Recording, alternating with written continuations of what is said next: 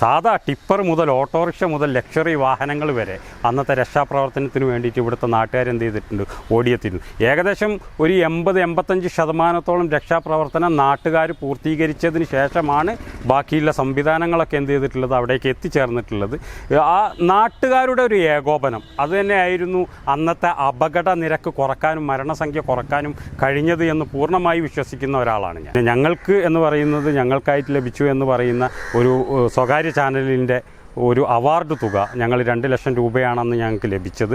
ഞങ്ങളത് എന്ത് ചെയ്തു എന്ന് വെച്ച് കഴിഞ്ഞാൽ, ഇവിടെ തൊട്ടടുത്ത ഒരു അംഗനവാടിക്ക് വേണ്ടിയിട്ട് സ്ഥലം വാങ്ങുന്നതിന് വേണ്ടിയിട്ട് ആ 2 ലക്ഷം അതിൻ്റെ കൂടെ ബാക്കി വരുന്ന തുക ഇവിടെ നാട്ടിലുള്ള ആളുകളിൽ നിന്നൊക്കെ സമാഹരിച്ചുകൊണ്ട് ഒരു 3 സെൻറ്റ് സ്ഥലം വാങ്ങിച്ചു.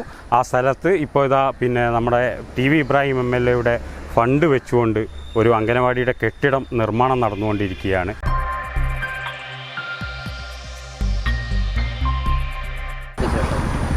ഏകദേശം ഇപ്പോൾ 6 വർഷത്തോളമായി തോന്നുന്നു അപകടം നടന്നിട്ട്.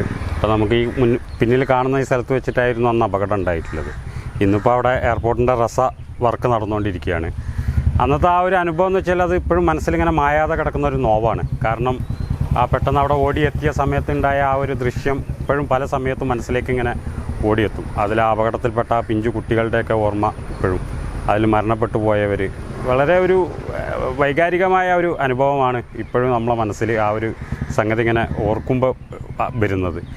അന്ന് ആ ഒരു സംഭവത്തിന് ശേഷം ഇപ്പോഴും ഒരുപാട് ആളുകൾ അതിലെ നമ്മളായിട്ട് ബന്ധപ്പെടുന്നുണ്ട്, ആ സൗഹൃദങ്ങൾ നിലനിർത്തുന്നുണ്ട്. സോഷ്യൽ മീഡിയ വഴി നമ്മളെ ഈ നാടിൻ്റെ ആ കൂട്ടായ്മ, ആ ഒത്തൊരുമിക്കൽ, അത് എന്താണെന്ന് ലോകത്തിന് കാണിച്ചു കൊടുത്ത ഒരു ദിവസമായിരുന്നു ആഗസ്റ്റ് 7, 2020 എന്ന് പറയുന്നത്.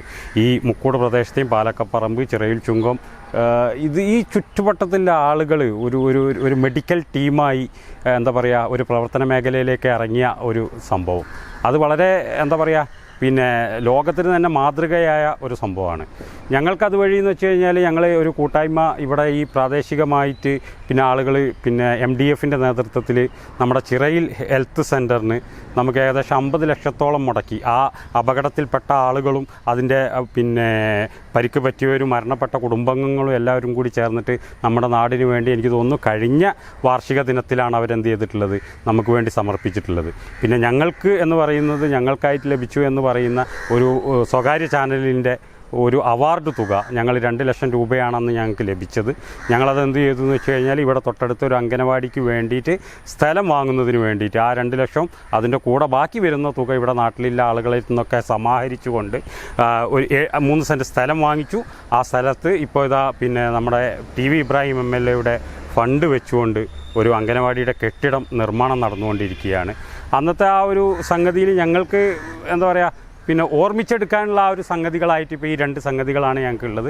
ഒന്ന് PHSയിൽ ഉദിച്ചുയർന്ന ആ കെട്ടിടം, 2 ഈ അംഗനവാടി. അത് രണ്ടും ഇവിടെ ഞങ്ങളെ ആ ഒരു അപകടത്തിൻ്റെ സ്മരണക്കായിട്ട് ഞങ്ങൾക്കിപ്പോൾ അവിടെ നിലവിലുണ്ട്. രക്ഷാപ്രവർത്തനത്തിന് ഞങ്ങളൊരു വ്യക്തികൾ എന്നുള്ള രീതിയിലുള്ള ഒരു പ്രവർത്തനം അല്ല അന്ന് അവിടെ കാഴ്ചവെച്ചത്. ഞാനൊക്കെ ഓടി എത്തുന്ന സമയത്ത് ഒരുപാട് പേര് ഇവിടെ കാത്തുനിൽക്കുന്നുണ്ടായിരുന്നു. പക്ഷേ അന്ന് ആ ഗേറ്റ് തുറന്നു കിട്ടാൻ കുറച്ച് സമയം എടുത്തെങ്കിൽ കൂടി ആ ഗേറ്റ് തുറന്ന ആ സമയം മുതൽ ഓരോരുത്തരും ട്രോമ കെയറിൻ്റെ വളണ്ടിയർമാർ പ്രവർത്തിക്കുന്ന ആ ഒരു രീതിയിലാണ്. ഇത് അപകട പരിരക്ഷ എങ്ങനെയാണ് എന്നുള്ളതൊന്നും ആർക്കും പരിചയമൊന്നും ഉണ്ടായിരുന്നില്ല. പക്ഷേ അവരൊക്കെ വളരെ കെയർഫുള്ളായിട്ട് ഏതെല്ലാം രീതിയിലാണോ കൈകാര്യം ചെയ്യേണ്ടത് ആ രീതിയിലാണ് അന്നത്തെ മൊത്തം എല്ലാ നാട്ടുകാരും എന്ത് ചെയ്തത്, അതിന് നേതൃത്വം നൽകിയത്. പ്രത്യേകം എടുത്തു പറയേണ്ടത്, വലിയ ലക്ഷറി വാഹനങ്ങളൊക്കെ ആയിട്ടായിരുന്നു എന്ത് ചെയ്തിരുന്നത്, ആളുകൾ രക്ഷാപ്രവർത്തനത്തിന് വേണ്ടി ഓടിയെത്തിയത്.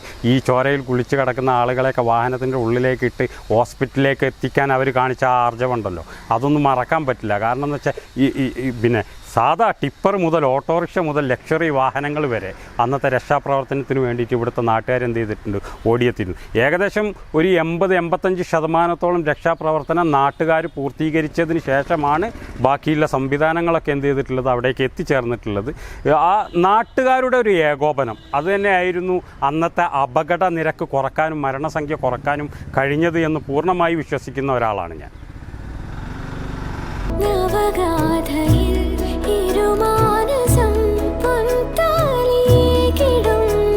Nesra Gold and Diamonds, Kalpaka Building, Bypass Road, Kondoti.